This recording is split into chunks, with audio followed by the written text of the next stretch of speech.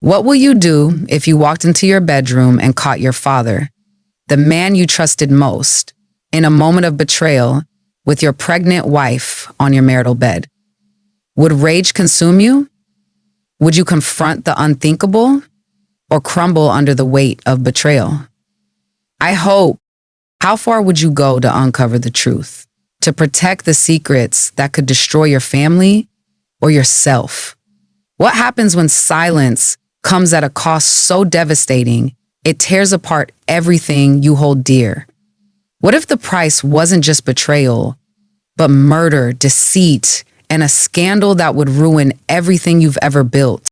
Meet Judge Calvin Remington, a man celebrated in Alabama's legal circles as a paragon of integrity. His commanding presence in the courtroom masked an insatiable hunger for control, both in his career and at home.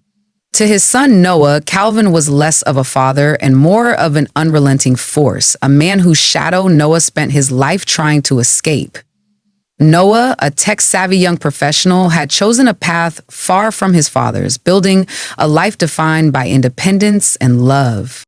At the heart of this story is Rebecca, Noah's wife, a woman who dreamed of building a family free from the suffocating influence of her father-in-law. Pregnant with her first child, Rebecca sought stability and warmth, a life Calvin would exploit in ways that would change everything. "I'm so grateful my father gave me this life." What happens when a man like Calvin, entrusted with justice, uses his authority to manipulate and betray? How does a father's betrayal push a son to the brink, and how far will power go before it consumes everything?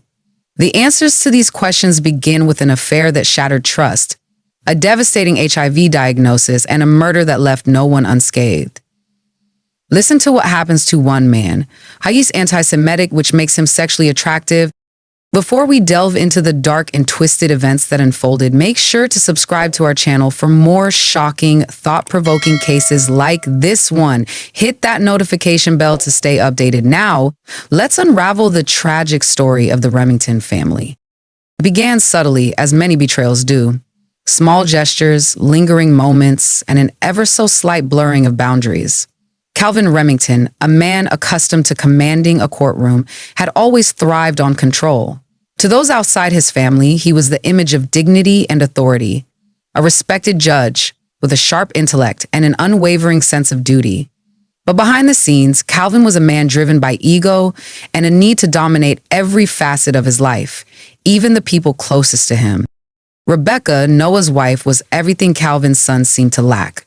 A vibrant and determined woman who, despite her modest upbringing, radiated resilience and charm. She had entered the Remington family with hope and trepidation, eager to carve a new life, but quickly realizing the immense pressure of living under Calvin's critical gaze.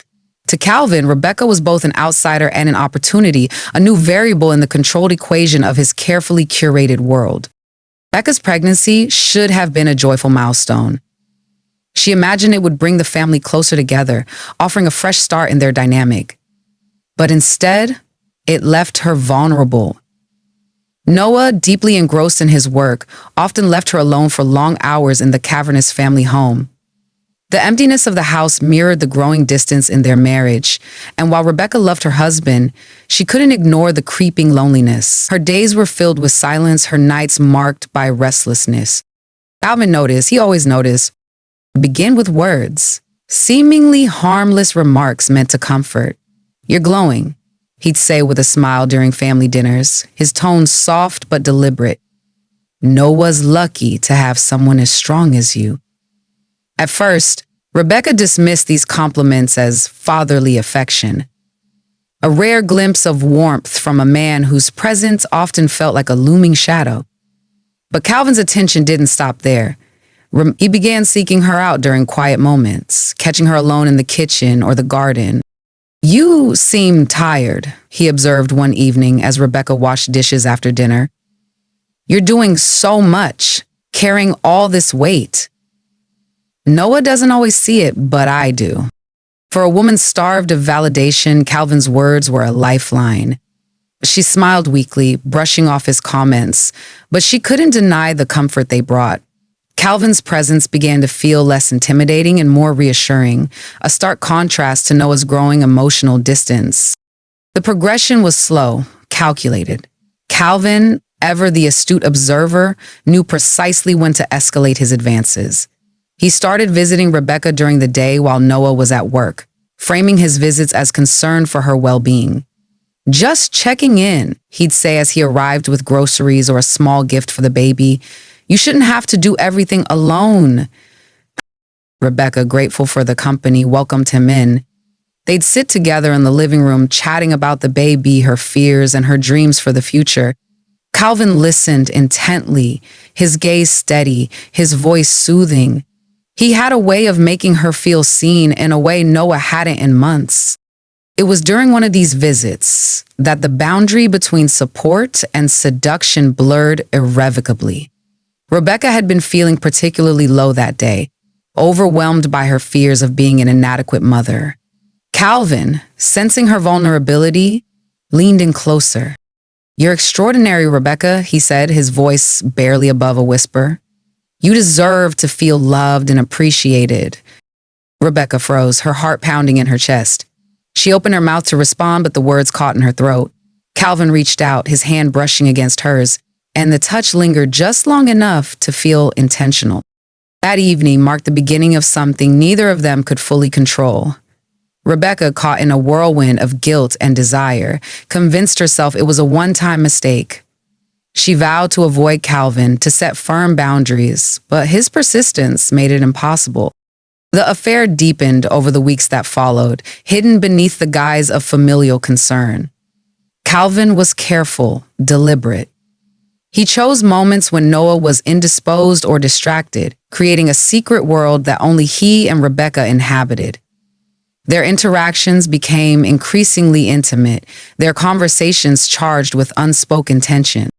For Rebecca, the affair was both a source of comfort and torment. Calvin made her feel valued, cherished in ways she hadn't experienced in years. But the shame of betraying Noah gnawed at her daily. She convinced herself she could manage it, that no one had to know. But the cracks in her facade began to show. She confessed to her suspicions and her desperation to her father and to his favorite pastime. She imagined. For Calvin, the affair was less about love and more about control. Rebecca represented something he could take optional. Another conquest, another demonstration of his ability to dominate those around him. He justified his actions to himself, convincing himself that Rebecca needed him, that he was rescuing her from a life of loneliness. But secrets have a way of surfacing, and the weight of their deception was already setting the stage for the tragedy to come. What Calvin saw as a game of power and seduction, Rebecca experienced as a desperate attempt to fill an emotional void, and Noah remained blissfully unaware of the storm brewing in his own home. The affair's consequences would soon spiral far beyond anything Calvin or Rebecca could have imagined, leaving a trail of devastation in its wake. The first signs that something was wrong began as subtle changes in Rebecca's body.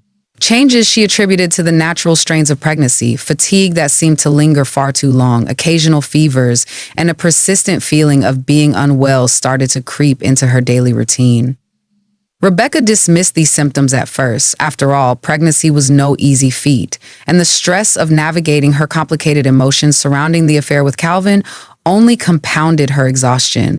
But as the weeks passed, the symptoms grew harder to ignore. Rebecca found herself increasingly winded by simple tasks, and even her doctor began to raise concerns about her energy levels and weight loss. "You might just need to rest more," her obstetrician suggested during one appointment. Rebecca nodded and smiled, silently berating herself for not taking better care of her health. Calvin, ever the attentive interloper, noticed her declining energy during their secret meetings. "You're overdoing it," he'd say, his tone hovering between concern and authority. "Let me help." He'd bring her vitamins, teas, and anything else he thought might bolster her strength. What Rebecca didn't realize was that his guilt was starting to bubble beneath the surface. Calvin, usually the picture of confidence, had begun to notice a familiar pattern in Rebecca's symptoms he'd experienced himself months earlier. Calvin had always prided himself on being meticulous, controlling every detail of his life. But there was one thing even he couldn't manipulate: his health. Long before his affair with Rebecca began, Calvin had been diagnosed with HIV. He had contracted it during a brief but reckless liaison with a woman he met at a legal conference. A secret he buried deep, determined to let no one discover. The diagnosis had shaken him, but in typical Calvin fashion, he'd compartmentalized the problem, convincing himself that as long as he managed his medication and stayed discreet, it wouldn't affect his life.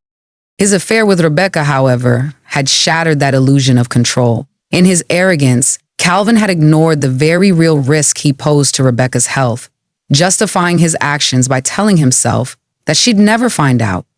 But now, watching her grow weaker by the day, the weight of his decisions began to press down on him.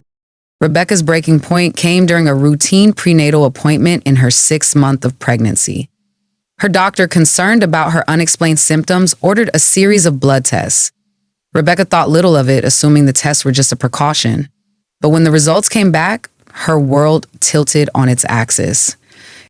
"You've tested positive for HIV," the doctor said gently, her tone laced with sympathy. Rebecca's mind went blank. The words didn't seem real, like they belonged to someone else, some distant stranger. She blinked at the doctor, trying to process what she'd just heard. "It's great. That must be a mistake," she stammered. That can't be right. I've been faithful to my husband. I don't understand." The doctor's expression softened further, but her voice remained firm. "I know this is overwhelming, Rebecca, but these results are conclusive. We'll need to start you on treatment immediately to protect both your health and the health of your baby." The drive home was a blur. Rebecca's hands gripped the steering wheel so tightly her knuckles turned white, her mind racing with questions she couldn't answer. The shame and confusion were suffocating. She replayed every decision, every moment with Calvin, over and over again, the pieces clicking into place with horrifying clarity. When she arrived home, Calvin was waiting for her, his polished demeanor intact but his eyes betraying his unease. He'd sensed something was wrong during their last encounter and had stopped by under the pretense of checking on her. "I need to talk to you," Rebecca said, her voice trembling as she entered the room. Calvin's smile faltered. "What is it?" he asked, his tone cautious. "LA just came from the doctor," she began, her hands shaking as she placed her bag on the counter. "They ran some tests. Colleen, I tested positive for HIV." The air in the room seemed to evaporate. For the first time since she'd known him, Calvin looked genuinely rattled. His face paled, his jaw tightening as he processed her words. "Rebecca, he began, but the words failed him. He reached out to her, but she took a step back, her eyes brimming with tears. "I won't say we've ever been here," she said winously. "You knew," she whispered, her voice breaking. "You knew, didn't you? That's why I'm sick." Calvin's composure cracked, his guilt etched across his face.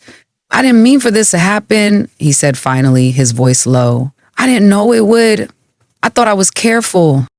Rebecca let out a bitter laugh, the sound sharp and filled with disbelief. "Careful? You thought you were careful? You've ruined everything, Calvin. My life, my baby's life, everything." Calvin tried to pull her into an embrace, but she shoved him away. "Don't touch me," she snapped, her tears now flowing freely. I trusted you, and this is what you've done to me." In the days that followed, Rebecca's anger gave way to despair. She avoided Calvin's calls, refusing to see him. The secret she had been carrying, the affair, now felt like a crushing weight. She couldn't bear to tell Noah, couldn't face the look in his eyes if he ever found out. But the knowledge that her choices had put her unborn child at risk haunted her every waking moment. Calvin, for his part, was consumed by his own fear. The careful life he'd built was crumbling around him, and he knew it was only a matter of time before the truth came out. But instead of facing the consequences of his actions, he focused on damage control, strategizing ways to keep his secret buried. For Rebecca, the diagnosis was more than just a medical crisis. It was the catalyst that set the wheels of tragedy into motion. Her deteriorating health, combined with the unbearable weight of guilt and betrayal, left her teetering on the edge of collapse.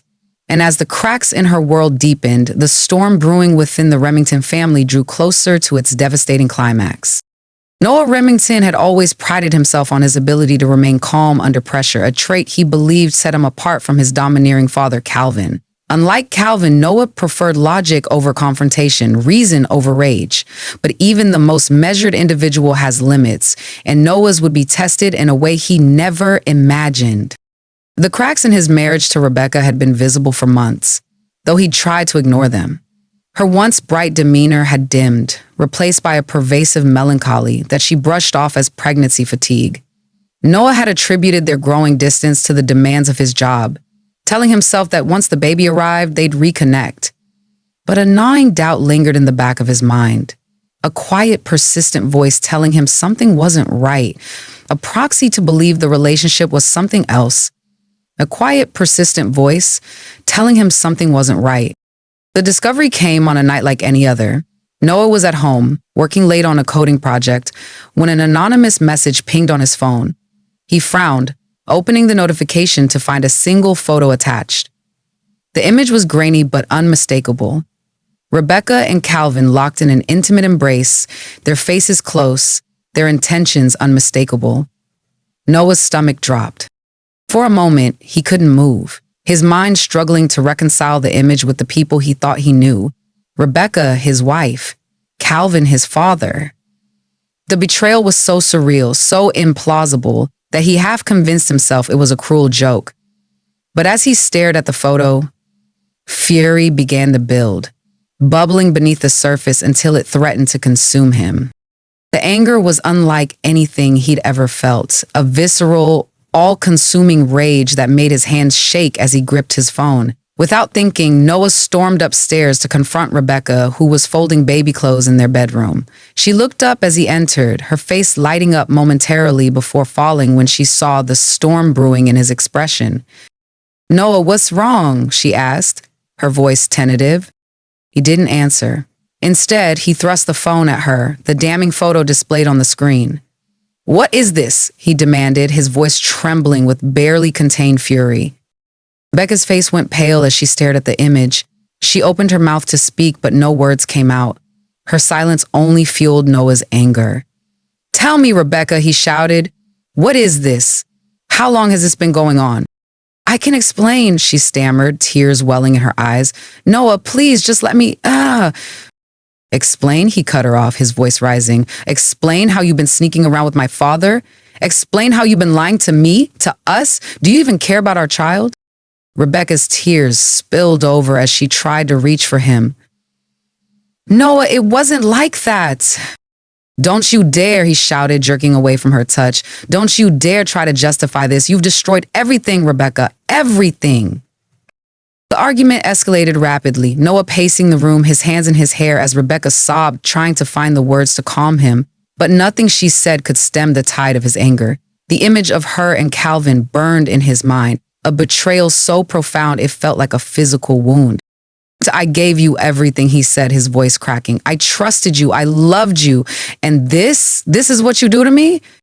Rebecca fell to her knees, her hands clasped together as she begged, "Noah, I made a mistake. I know I did, and I'm so sorry. Please, just let me explain.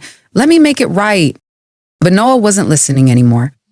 The rage had taken over, blinding him to reason, to logic, to everything except the pain and humiliation coursing through him. In a moment of uncontrollable fury, he lunged at her, his hands gripping her shoulders as he shook her. "Why, Rebecca?" he shouted, his voice raw. "Why would you do this to me?" Rebecca struggled against his grasp, her tears falling faster now. "Noah, stop, please." But he couldn't stop. His hands moved to her neck, gripping tightly as his vision blurred with tears and rage. Rebecca's cries turned to choked gasps as she clawed at his hands, her eyes wide with fear. And then, as suddenly as it had begun, it was over. Rebecca's body went limp in his grasp, her head lolling to the side as her eyes stared vacantly at the ceiling. Noah staggered back, his hands shaking as he realized what he'd done. The room was silent except for the sound of his ragged breathing. "No," he whispered, dropping to his knees beside her. "No, no, no." He reached for her, shaking her gently as though trying to wake her from a deep sleep. "Rebecca, please. Please wake up." But she didn't move. Her chest didn't rise.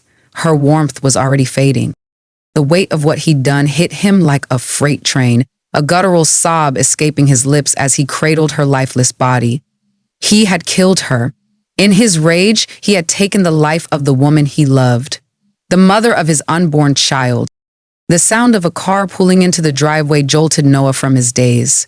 He froze, his mind racing. Calvin was home. The front door creaked open and Calvin's voice echoed through the house. "Noah? Rebecca? I'm back." Panic set in as Noah scrambled to his feet. He had no idea what to do, how to explain. When Calvin entered the bedroom and saw Rebecca's body on the floor, his face contorted in shock. "What happened?" he demanded, his voice sharp. Noah stammered, his words incoherent. Finally, he managed to choke out, "It was an accident. I didn't mean to." Calvin's eyes darted between his son and Rebecca's body, his mind already calculating. He knew this wasn't just a personal tragedy. It was a scandal that could destroy him, his career, and his legacy. His face hardened as he turned to Noah. "Listen to me," he said, his voice low and steady. "We can fix this, but you have to do exactly as I say." Calvin Remington stared at the lifeless body of Rebecca on the floor, his mind racing as he pieced together what had happened. His son Noah stood frozen, trembling, his tear-streaked face a portrait of guilt and shock. Calvin had spent his entire life controlling situations, people, and narratives. This moment, however horrific, would be no different. The stakes were high. His career, his reputation, and his son's freedom. He couldn't let this incident destroy everything he had built. "Noah," Calvin said, his voice cutting through the silence with an icy precision. "Look at me." Noah's head snapped up, his eyes wide and brimming with tears. "I didn't mean to," he began, his voice breaking. It just happened. Stop," Calvin interrupted, his tone sharp and commanding. He stepped forward, placing a firm hand on Noah's shoulder. "We don't have time for this. What's done is done. Now we have to act, and we have to act fast." Noah stared at his father, bewildered. "What are you talking about? She's dead, Dad. I killed her. I need to call the police, tell them the truth." "No," Calvin snapped, his grip tightening. "You're not calling anyone. Do you know what will happen if you do? They'll arrest you, Noah. They'll put you in prison for the rest of your life. And this family, it'll be destroyed. Everything I've worked for, everything we've worked for, gone." Noah shook his head, panic bubbling to the surface. "But it's my fault. I have to take responsibility." Calvin leaned in, his voice dropping to a menacing whisper. "Listen to me, son. I know you're scared, but you need to trust me. This isn't just about you. It's about all of us. Rebecca is gone and nothing can bring her back. But if you confess, you'll ruin your life and mine. Is that what you want? To destroy everything because you couldn't control your temper?" Noah swallowed hard, the weight of his father's words pressing down on him. His mind was a blur of guilt, fear, and confusion. He didn't want to go to prison, but the thought of covering up what he'd done felt equally unbearable. "What do we do?" he asked finally, his voice barely above a whisper. Calvin straightened, his calculating mind already formulating a plan. "First, we move the body," he said. "We'll make it look like she disappeared, like someone else took her. The police will search, but they won't find anything that ties her death to us. We'll control the narrative." Noah's stomach churned at the thought of touching Rebecca's body, but he nodded reluctantly. He felt trapped, as though there was no other option but to follow his father's lead. Calvin wasted no time. He grabbed a blanket from the couch and carefully wrapped Rebecca's body, instructing Noah to fetch a pair of gloves from the garage.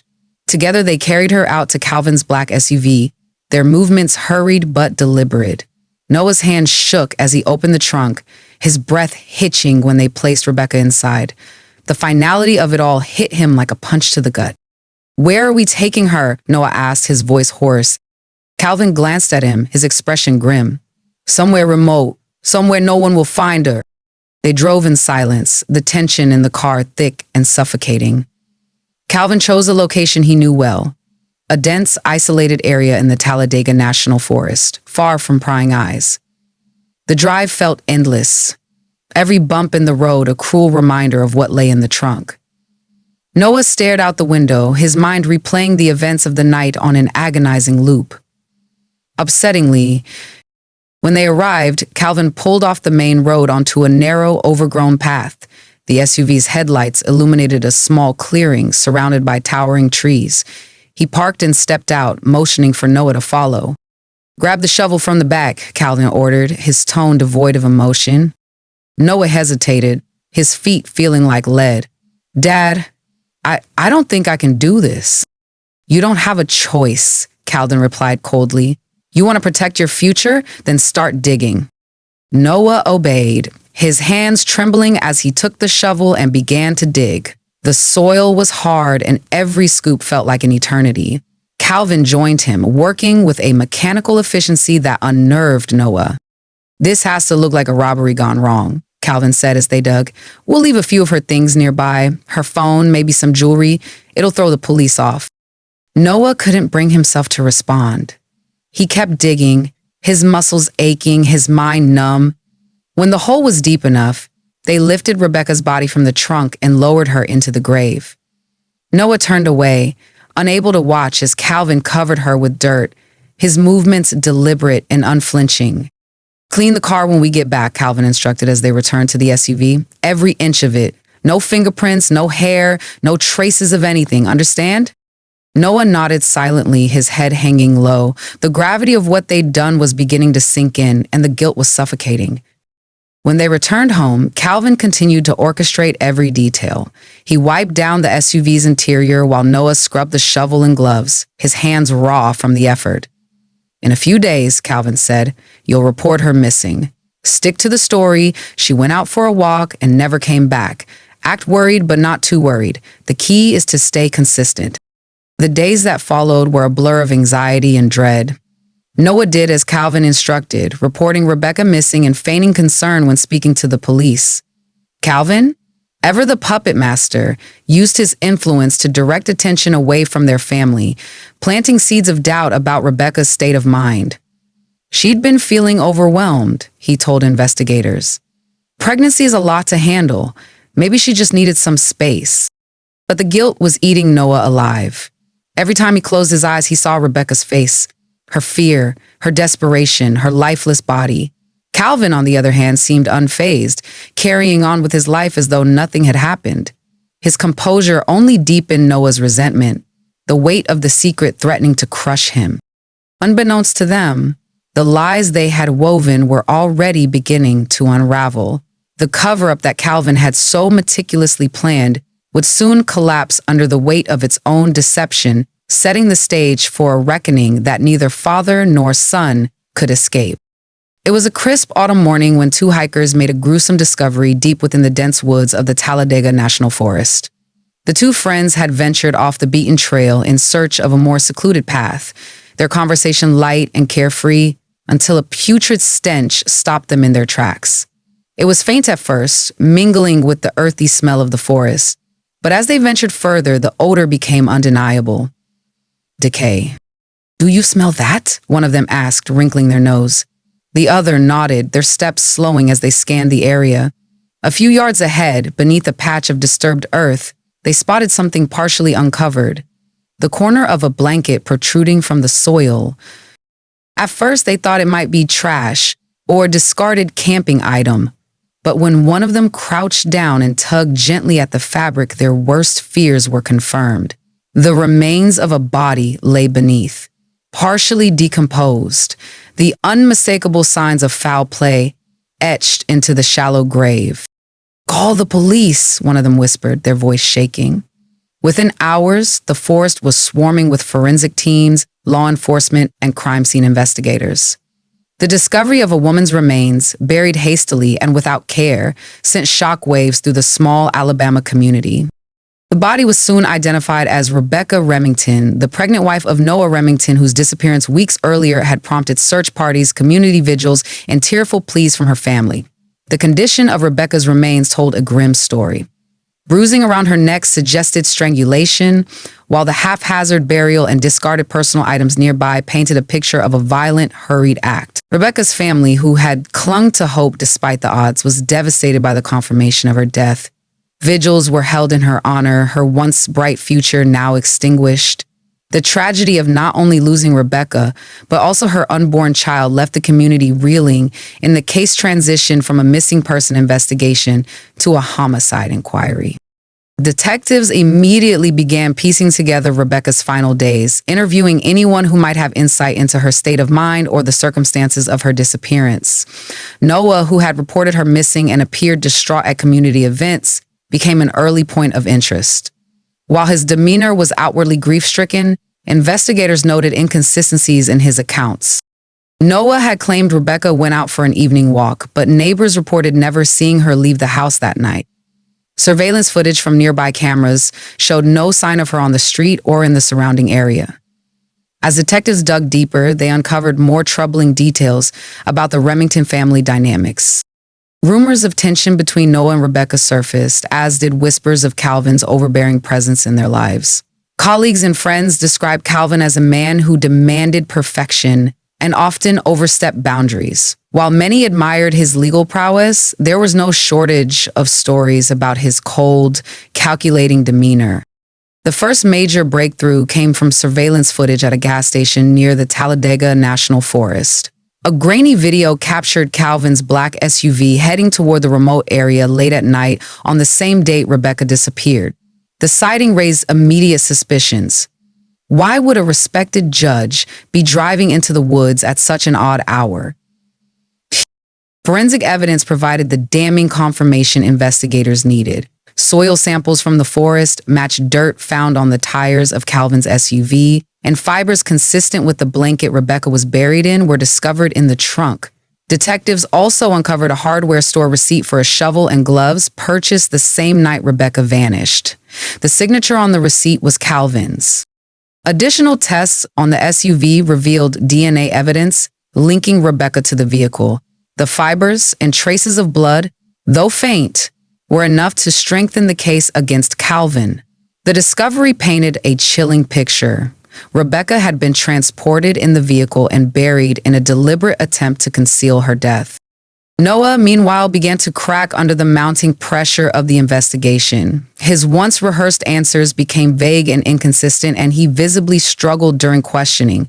Investigators noticed his demeanor shifted dramatically whenever Calvin's name was mentioned, a telltale sign that there was more to the story than he was letting on. Detectives focused their attention on Noah, sensing that he was the weaker link in the father-son duo. After weeks of relentless questioning, Noah's guilt and fear finally got the better of him. During a tense interrogation session, he broke down, his voice trembling as he confessed to what had happened. "It was an accident," Noah sobbed, his hands trembling as he recounted the events of that fateful night. "I didn't mean to hurt her. I lost control." Noah described the argument, the rage that had overtaken him, and the moment he realized Rebecca was gone. His voice cracked as he relived the horror of her lifeless body on the floor and the overwhelming guilt that had consumed him since. But what shocked detectives most was what came next.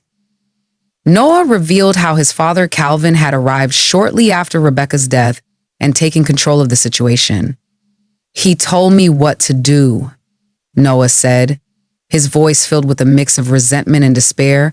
"He said we had to make it look like someone else did it. He said no one could know." Noah detailed how Calvin had orchestrated every step of the cover-up, from wrapping Rebecca's body to choosing the burial site and cleaning the SUV. "I wanted to tell the truth," Noah admitted, tears streaming down his face. "But he made me feel like I didn't have a choice." With Noah's confession, detectives turned their full attention to Calvin. The once revered judge was arrested at his home in a dramatic scene that made headlines across the state. The image of Calvin Remington handcuffed and escorted from his estate shocked those who had admired him for decades. In court, the prosecution laid bare the sordid details of Calvin's double life. Witness testimonies, surveillance footage, forensic evidence, and Noah's confession painted a damning picture of a man who had manipulated everyone around him to protect his reputation. The revelation of his affair with Rebecca and her subsequent HIV diagnosis added another layer of scandal, cementing his fall from grace. Calvin's cold, calculated demeanor in the courtroom gave way to a man desperate to save himself. But no amount of legal maneuvering could erase the mountain of evidence against him. Noah Remington sat in the stark, cold interrogation room, his hands trembling as they rested on the metal table. The weight of weeks of relentless questioning and mounting evidence pressed down on him, threatening to crush him entirely. Across from him sat two seasoned detectives, their eyes sharp, their tone firm yet patient. They knew they were close to a breakthrough. Noah's initial denials had been rehearsed, his story crafted with the precision his father Calvin had demanded, but the cracks in his narrative had begun to show. The surveillance footage of Calvin's SUV near the forest, the forensic evidence linking the vehicle to Rebecca's remains, and the mounting inconsistencies in Noah's own timeline had backed him into a corner. The detectives sensed his resolve weakening with every passing day, and Noah's legacy had slipped to the bottom of it. "Noah," one of the detectives said, his voice steady but pressing, "we know you're hiding something. The evidence doesn't lie. Rebecca deserves the truth. Your child deserves the truth. You can't carry this weight forever." Noah's head hung low, his mind racing. He thought of Rebecca, her laughter, her warmth, and the life they dreamed of building together. He thought of the moment he lost control, the way her body had gone limp in his hands. Most of all, he thought of his father, the man who had turned a moment of devastating loss into a calculated cover-up. The man who had taught him, above all else, to never show weakness. But sitting in that room, under the unyielding gaze of the detectives, Noah felt his walls crumble. The lies, the guilt, the shame, they were too much to bear. His hands clenched into fists as his breathing grew ragged.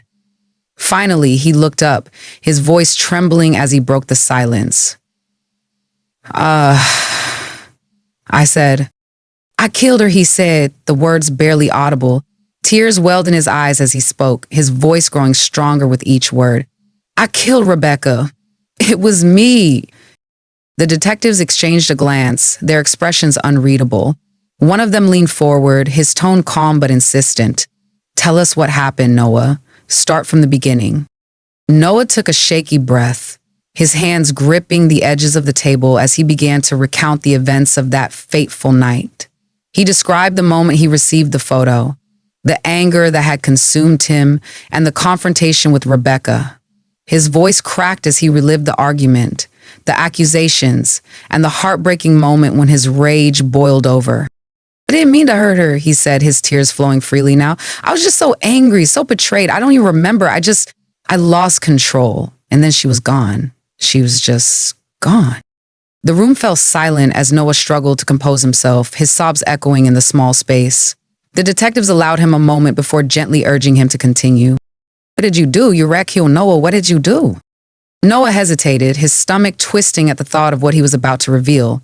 His voice dropped to a whisper as he said, "My dad. He came home and he saw what happened. I told him everything and he took over. He told me we had to fix it, that no one could know." The detectives leaned in, their attention laser focused. "What did your father do, Noah? How did he help you?" Noah's hands shook as he recounted the events of the cover-up. He described how Calvin had wrapped Rebecca's body, driven to the forest, and ordered him to dig the grave. He detailed the way his father had orchestrated every step, from cleaning the SUV to fabricating the story of Rebecca's disappearance. "He said it was the only way," Noah said, his voice hollow. "He told me it wasn't just about me, it was about the family, about him. He made me feel like I didn't have a choice." The confession painted a chilling picture of Calvin's control and manipulation. Noah, racked with guilt and fear, had been coerced into participating in a cover-up that went against everything he believed in. The detectives listened intently, their expressions grim as they pieced together the timeline of events. Noah's confession was the breakthrough the investigators needed. With his detailed account of the night of Rebecca's death and the subsequent cover-up, they now had the evidence to pursue Calvin as a co-conspirator. But the detectives knew they had to tread carefully. Calvin was a man of immense influence, and bringing him to justice would require an airtight case. Over the next few weeks, detectives corroborated Noah's confession with the evidence they had gathered. The soil samples, DNA evidence, and surveillance footage all aligned with Noah's story, further implicating Calvin in the cover-up. Witnesses who had previously been reluctant to speak out began to come forward. emboldened by the unraveling of Calvin's carefully constructed facade. Among them was Calvin's longtime clerk, who revealed troubling details about his behavior in the weeks following Rebecca's disappearance. "He was nervous, more irritable than usual," she said. "I overheard him on the phone, talking about how they needed to stay ahead of the investigation. At the time, I didn't think much of it, but now it all makes sense." Another key piece of evidence came from the hardware store employee who had sold Calvin the shovel and gloves. The employee identified Calvin from surveillance footage and provided a receipt that matched the date of Rebecca's disappearance. With each new revelation, the case against Calvin grew stronger. Noah's confession had not only exposed his own involvement, but had also torn down the veil of respectability that Calvin had worked so hard to maintain. The arrest of Judge Calvin Remington was a spectacle that shook the community to its core. Officers arrived at his sprawling estate early one morning, their presence unmistakable as they approached the front door. Calvin, ever the master of appearances, greeted them with a calm facade, though his eyes betrayed a flicker of unease. "This is absurd," he said as they informed him of the charges against him. "I've done nothing wrong." But the officers weren't swayed by his protests. They placed him in handcuffs and escorted him to a waiting patrol car, the scene captured by eager reporters who had been tipped off about the arrest.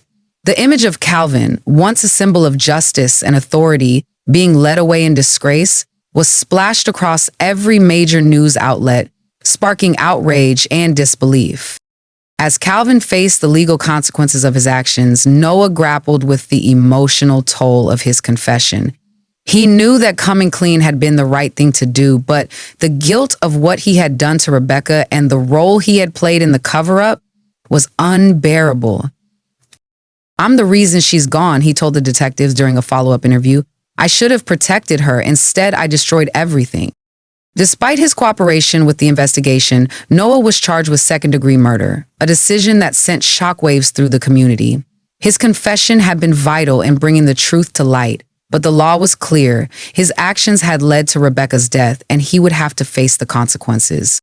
Noah Remington was charged with second-degree murder for the killing of his wife Rebecca and faced additional charges for his involvement in the cover-up.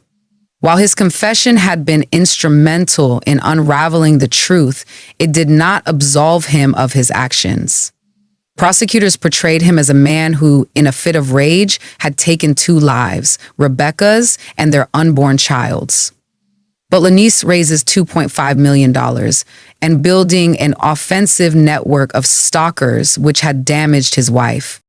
The prosecution argued that Noah's actions, while not premeditated, were reckless and showed a clear disregard for human life. They painted a picture of a man who had failed to control his emotions, leading to catastrophic consequences. But the deposition argued that Noah had tried to control his emotions and his approach to life.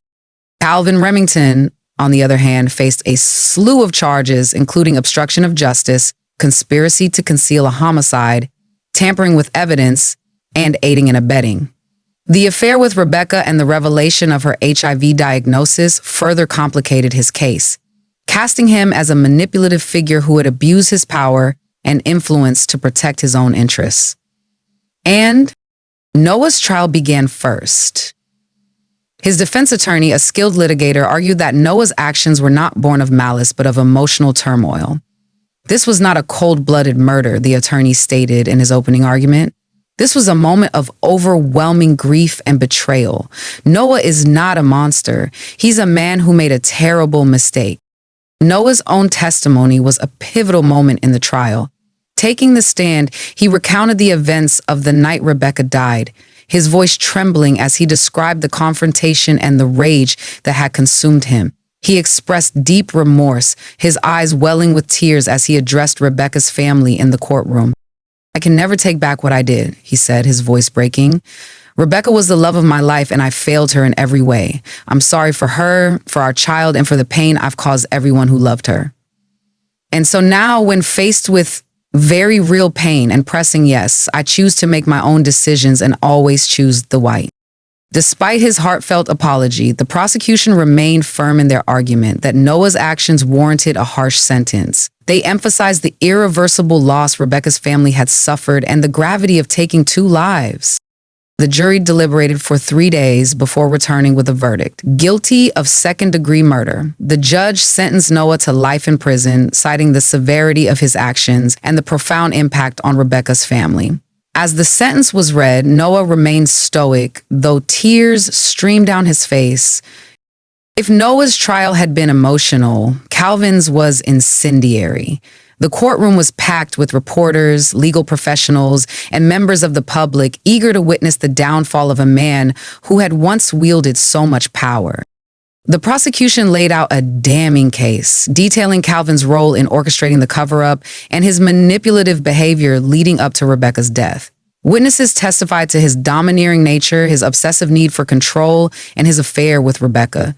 The revelation of his HIV diagnosis and the knowledge that he had knowingly exposed Rebecca to the virus further painted him as a deeply unethical and reckless man. The affair became a focal point of the trial, with the prosecution arguing that Calvin's relationship with Rebecca was not only immoral but exploitative. They presented evidence of the messages he had sent her, the gifts he had given, and the way he had inserted himself into her life during her most vulnerable moments. And so, Judge Calvin Remington was not a protector or a patriarch, the prosecutor declared in their closing argument. He was a predator who used his power to manipulate and destroy, and when the consequences of his actions threatened to expose him, he went to unimaginable lengths to cover them up. Calvin's defense team attempted to portray him as a man who had made mistakes but had acted out of desperation to protect his son. They argued that his actions, while wrong, were driven by a father's instinct to shield his child from the harshest consequences. But Calvin's testimony, meant to humanize him, backfired spectacularly. His cold demeanor and refusal to take full responsibility for his actions alienated the jury. When pressed about his affair with Rebecca, Calvin appeared defensive and evasive, further damaging his credibility. The prosecution left no stone unturned, highlighting Calvin's abuse of power and his calculated efforts to manipulate the legal system for his own benefit. The evidence against him was overwhelming, and the jury returned a guilty verdict on all charges. The judge sentenced Calvin to 35 years in prison, a punishment that ensured he would spend the rest of his life behind bars. As he was led away in handcuffs, the once respected judge showed no emotion, though the weight of his fall from grace was palpable. The convictions of Noah and Calvin sent shockwaves through the community, marking the end of an era for the Remington family. The once proud name was now synonymous with scandal, betrayal, and tragedy. Legal circles buzzed with discussions about the implications of Calvin's actions, while the public wrestled with the revelation that even those tasked with upholding justice could succumb to corruption and deceit.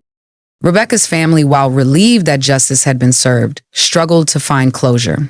"No sentence can bring Rebecca back," her mother said during a press conference. "But we hope this serves as a reminder that no one is above the law, not even those who claim to enforce it." In prison, Noah faced the harsh reality of his new life. Consumed by guilt and remorse, he devoted himself to writing letters to Rebecca's family, expressing his sorrow and seeking forgiveness. Whether they would ever read them or accept his apology was uncertain, but it was all he could offer. Calvin, ever the manipulator, attempted to maintain a semblance of control behind bars, but his reputation as a disgraced judge made him a target. The isolation and loss of power took their toll, leaving him a shadow of the man he once was. And then, slowly but ultimately, he became the affair between Calvin Remington and his pregnant daughter-in-law Rebecca became the focal point of public disgust.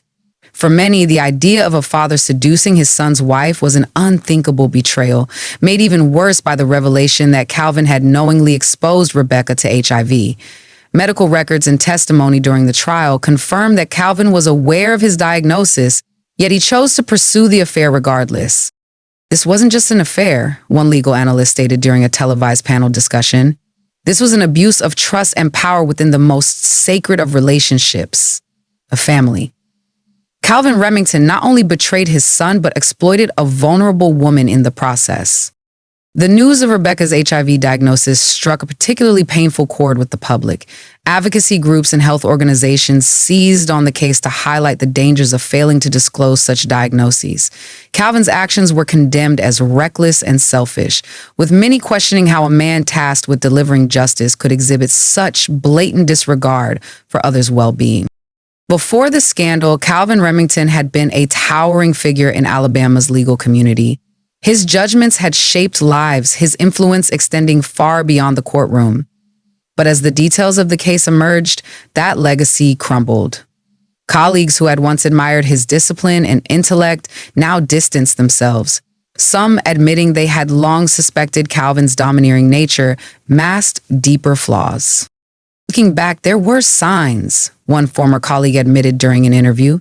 Calvin was always incredibly controlling, both in and out of the courtroom, but no one ever imagined it went this far. The Alabama State Bar Association moved swiftly to disbar Calvin, stripping him of his credentials and condemning his actions as a betrayal of the legal profession. Judge Remington's conduct is antithetical to the values of justice and integrity that our profession upholds, their statement read. For the community, Calvin's fall from grace was both shocking and disillusioning.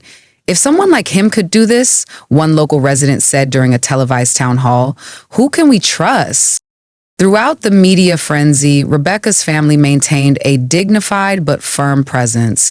They became the moral compass of the story, reminding the public that, amidst the scandal and speculation, the heart of the tragedy was the loss of 2 lives.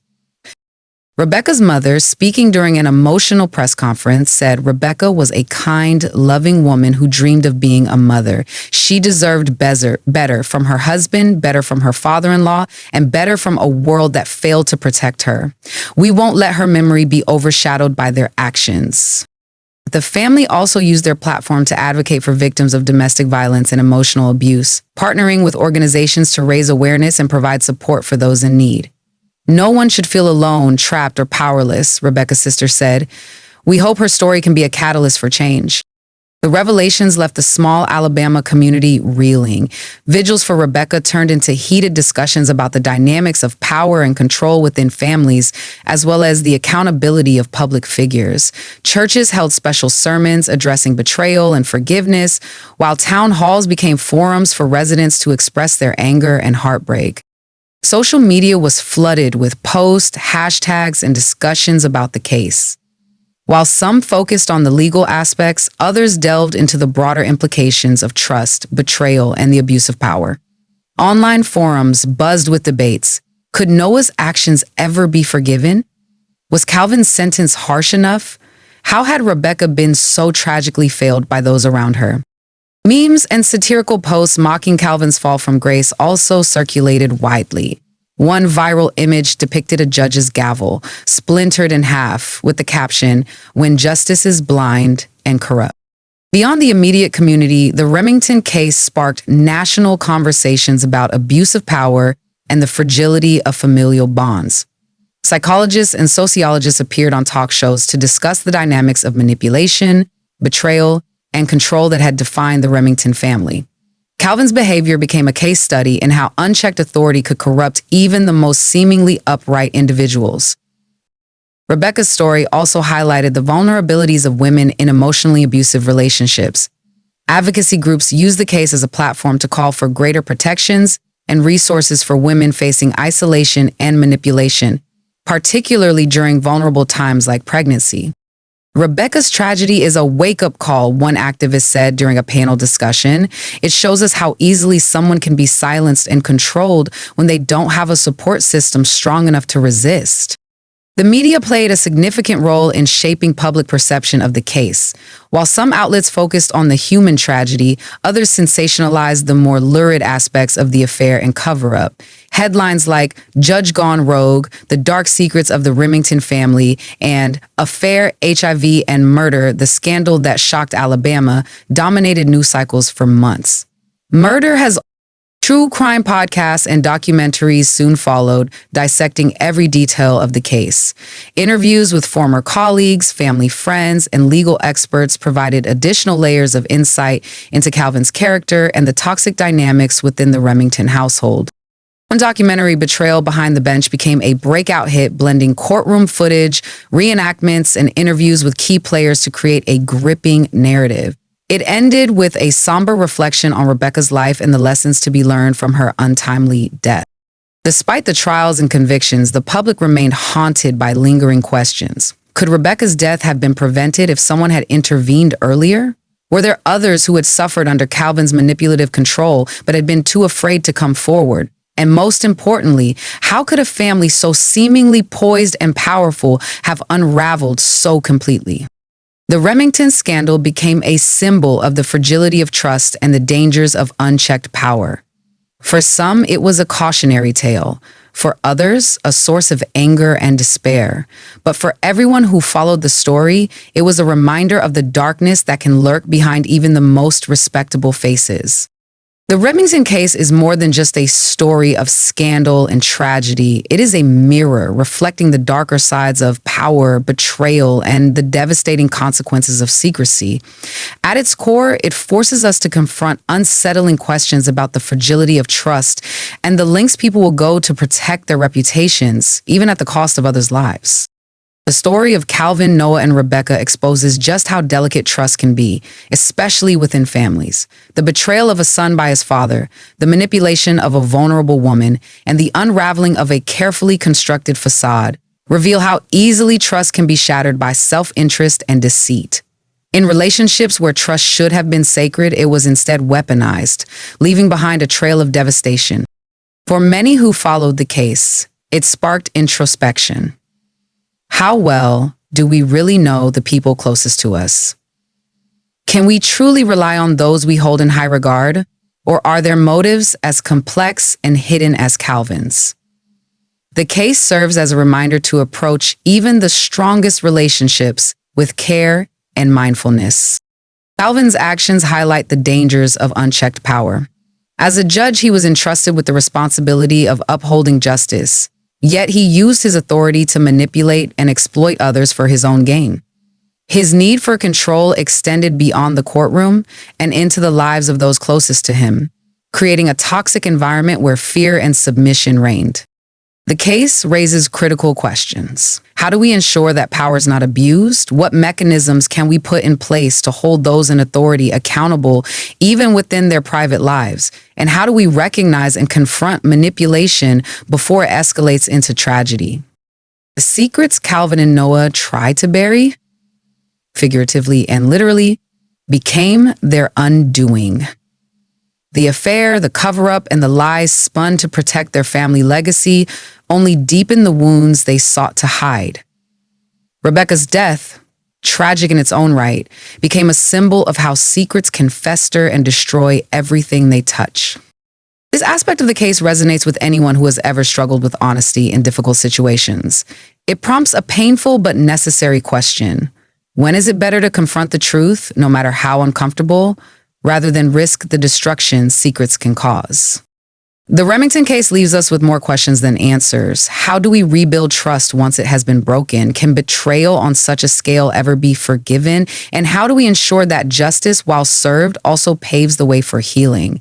And these are not easy questions, and they require reflection, not just from those directly involved, but from all of us as a society.